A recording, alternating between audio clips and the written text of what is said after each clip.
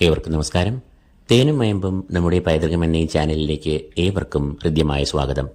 1199 മേടം 1, അതായത് 2024 ഏപ്രിൽ 14 മുതൽ ഓരോ രാശിജാതരുടെയും ഒരു വർഷത്തെ വിഷുഫലങ്ങൾ എന്തെല്ലാമാണ് എന്ന് വിശകലനം ചെയ്യുന്ന ഈ പരമ്പരയിൽ ഇന്ന് നാം കുംഭക്കൂറുകാരുടെ വിഷുഫലങ്ങളാണ് വിശകലനം ചെയ്യുന്നത്.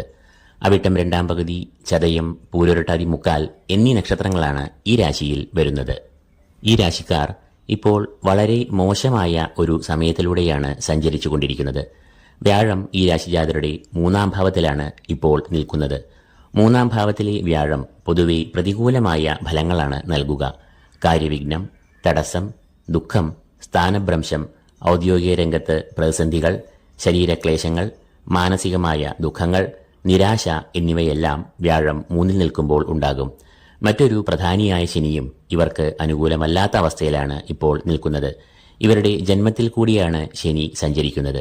ജന്മശനി ഏറെ ദോഷം ചെയ്യുന്ന ഒരു കാലമാണ്.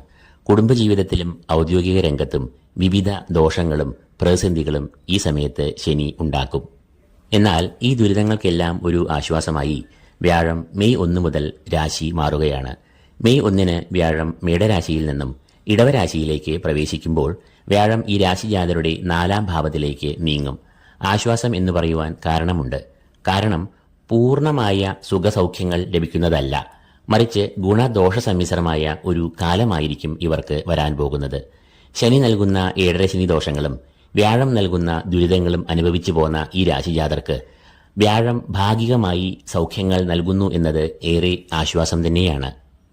4-ാം ഭാവം എന്നത് മാതാവ്, കുടുംബം എന്നിവയെ കുറിക്കുന്നതിനാൽ വീട്ടിൽ ഒരു സ്നേഹം, ഐക്യം എന്നിവ ഉടലെടുക്കും. പരസ്പരം മനസ്സിലാക്കുന്നതും ദുഃഖങ്ങൾ പങ്കുവയ്ക്കുന്നതും വലിയ ഒരു മനസമാധാനം കുടുംബാംഗങ്ങൾക്ക് നൽകും. കൂടാതെ വാഹനം, ഭൂമി എന്നിവയിൽ ക്രയവിക്രയം ചെയ്യുവാൻ ഏറ്റവും അനുകൂലമായ സമയമാണ് ഇത്. ഈ സമയത്ത് ഗൃഹാരംഭത്തിനായുള്ള ഭൂമി വാങ്ങൽ ഉടമ്പടികളിൽ ഏർപ്പെടാനുള്ള സാധ്യത ഏറെയാണ്. കൂടാതെ വാഹനയോഗവും ഈ കാലയളവിൽ ഉണ്ടാകാറുണ്ട്. സ്വന്തമായ ഭൂമി വിൽക്കുവാൻ ഉദ്ദേശിക്കുന്നവർക്കും ഏറ്റവും അനുകൂലമായ സമയമാണ് ഇത്.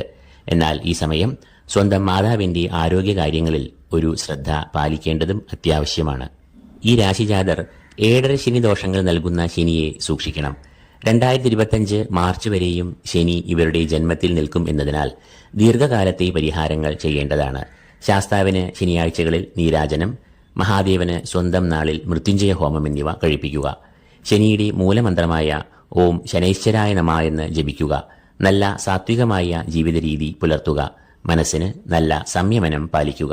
തർക്കങ്ങളിൽ ഒന്നും പക്ഷം പിടിക്കുവാൻ പോകാതെ നിൽക്കുക. കൂടാതെ രാഹുകേതുക്കളും ഈ രാശിജാതർക്ക് അനിഷ്ടങ്ങളും പ്രതികൂലമായ അവസ്ഥകളും പ്രദാനം ചെയ്യുന്ന നിലയിലാണ് ഇപ്പോൾ നിൽക്കുന്നത്. അതിനാൽ ദുർഗാദേവിയെ നന്നായി ഭജിക്കുക. ലളിതാ സഹസ്രനാമം പാരായണം ചെയ്യുന്നതും ചൊവ്വ, വെള്ളി ദിവസങ്ങളിൽ ദേവീ ക്ഷേത്ര ദർശനം നടത്തുന്നതും മാസത്തിൽ സ്വന്തം നാളിന് ദേവിക്ക് കടുംപായസം നിവേദിക്കുന്നതും രാഹുദോഷങ്ങൾ അകലുവാൻ ഏറെ സഹായിക്കുന്നു. അതുപോലെ കേതു നൽകുന്ന ആരോഗ്യ പ്രശ്നങ്ങളും തടസ്സങ്ങളും ഒഴിഞ്ഞു പോകുവാൻ കേതുവിന്റെ അധിഷ്ഠാന ദേവതയായ മഹാഗണപതിയെ നന്നായി ധ്യാനിക്കുക.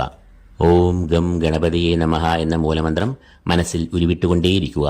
ഏറ്റവും ലളിതമായ ഈ മൂലമന്ത്രം ഏറ്റവും ഫലപ്രദവും ആകുന്നു എന്ന് അറിയുക. മേൽപ്പറഞ്ഞ പരിഹാരങ്ങൾ അനുഷ്ഠിക്കുവാൻ സാധിക്കാത്ത ജ്യോതിഷത്തിൽ വിശ്വസിക്കുന്ന മറ്റു മതസ്ഥർക്ക് അവർ ഈ ദിവസങ്ങളിൽ തങ്ങൾ വിശ്വസിക്കുന്ന ശക്തികളിൽ ഏറ്റവും ശക്തിയായി മനസ്സ് അർപ്പിക്കുക, പ്രാർത്ഥിക്കുക. ഏവർക്കും സ്നേഹാദരങ്ങളോടെ ഈശ്വരാനുഗ്രഹങ്ങൾ നേർന്നുകൊണ്ട് ഈ എപ്പിസോഡ് ഇവിടെ പൂർണ്ണമാകുന്നു. നന്ദി, നമസ്കാരം.